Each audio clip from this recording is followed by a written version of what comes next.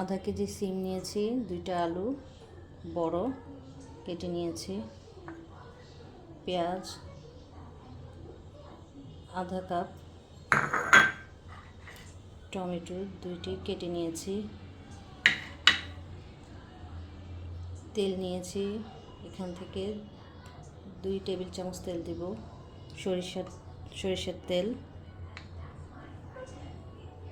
রসুন 2 চামচ,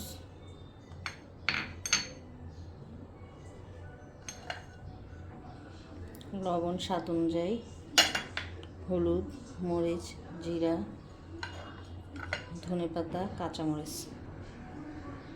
রান্নাটি 2 টেবিল চামচ সরিষার তেল,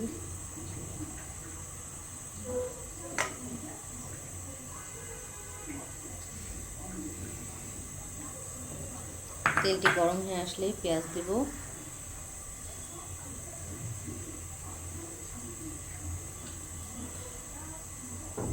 আপনারা কেমন আছেন? আপনারা আমার রেসিপিটা দেখবেন এবং শেয়ার করবেন, লাইক দেবেন।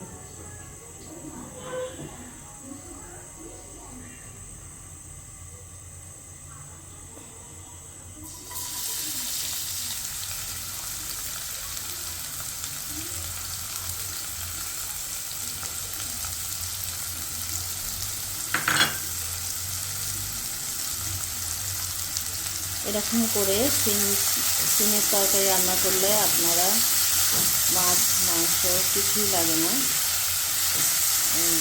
এরকম করে রান্না করলে খুবই মজা লাগে।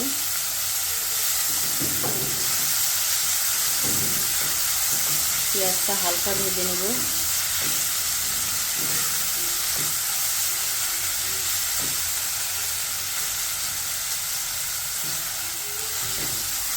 আমার চ্যানেলকে আপনারা সাবস্ক্রাইব করুন। আমি অনেক ভিডিও দিয়েছি রান্নাবান্নার, আপনাদের পছন্দ অনুযায়ী।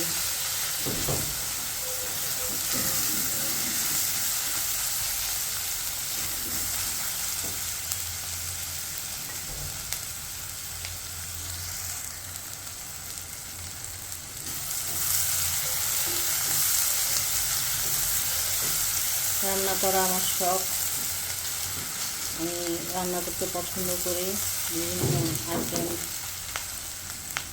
আপনাদের যদি কোনো রেসিপি দেখার থাকে আমাকে কমেন্টের মাধ্যমে জানাতে পারেন। আর আমার রেসিপি যদি ভালো লাগে আপনারা প্লিজ কমেন্ট করবেন।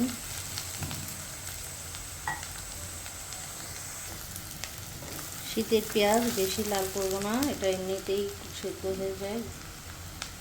আমি একটু রসুন বাটা দিয়ে দিব, 2-4 চামচ।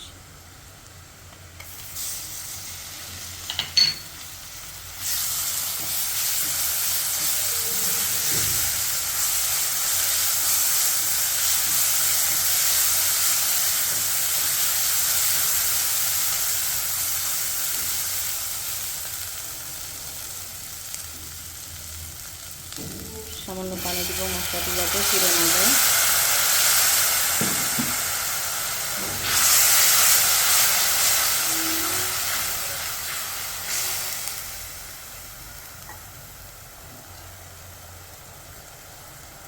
লবণ দেব স্বাদ অনুযায়ী, আমি দেব 1 চামচ লবণ দেব।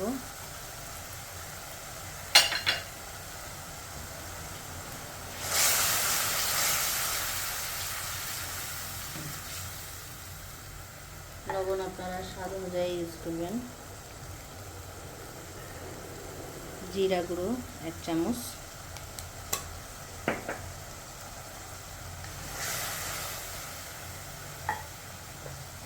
মরিচ,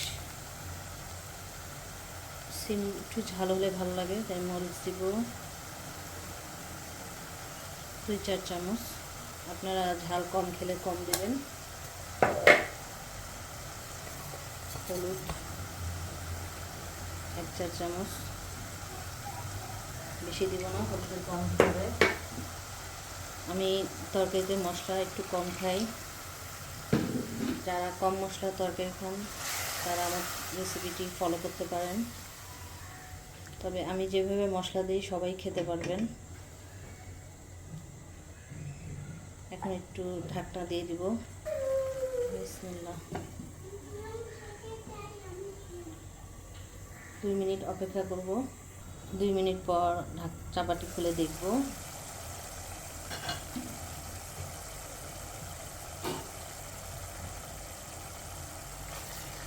মশলাটি কষা হয়েছে, তেল উপরে এসেছে। একটু কষবো।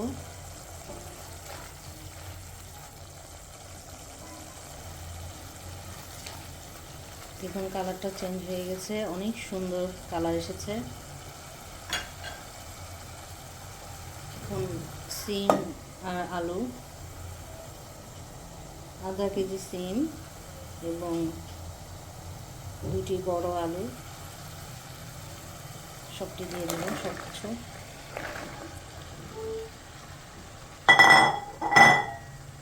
যারা সিম পছন্দ করেন তাদের কাছে খুবই মজা লাগবে রেসিপিটি। যে কোনো রান্না যদি একটু কষা কষা করে রান্না করেন, কষে নেন, তাহলে রান্নাটা খুবই টেস্টি হয়, কাঁচা কাঁচা গন্ধ থাকে না।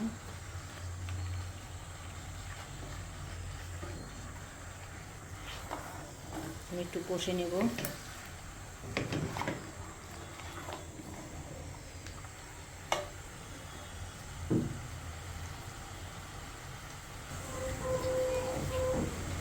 পাঁচ মিনিট পর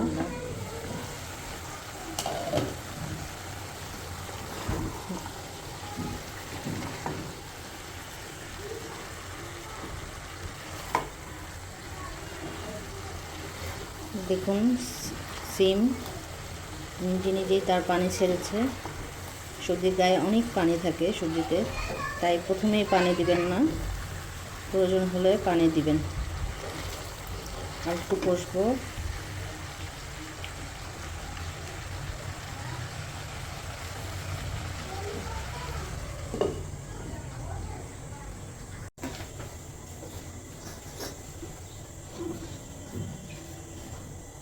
দুই মিনিট পর আবার ফিরে আসলাম রান্নায়।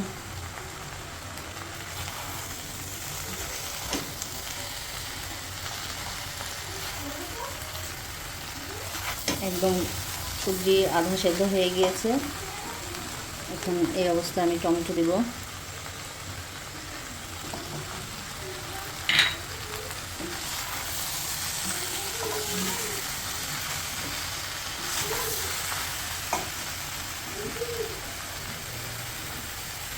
পানি দিব। যে কোনো রান্নায় অবশ্যই গরম পানি ইউজ করতে চেষ্টা করবেন। গরম পানি দিলাম। এখন এটা সিদ্ধ হবে এবং মাখো মাখো হবে।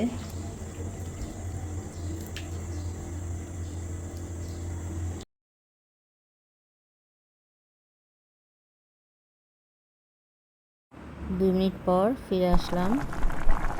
দেখুন রান্নাটি প্রায় হয়ে এসেছে। এখন আমি কাঁচামরিচ এবং ধনেপাতা অ্যাড করব।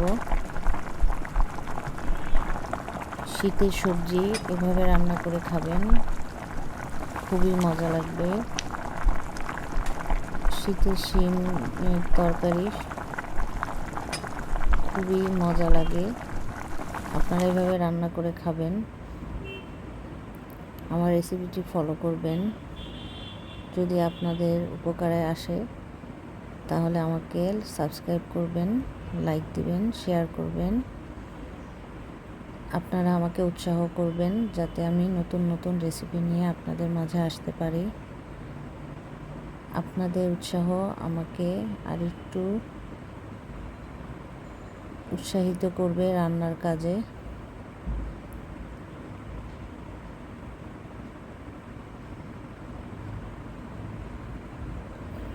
রান্নাটি অলমোস্ট হয়ে গিয়েছে।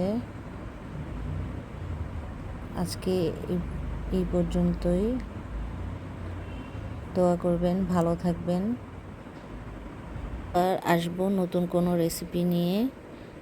তার জন্য আজকে এই পর্যন্তই। আসসালামু আলাইকুম ওয়া রাহমাতুল্লাহ।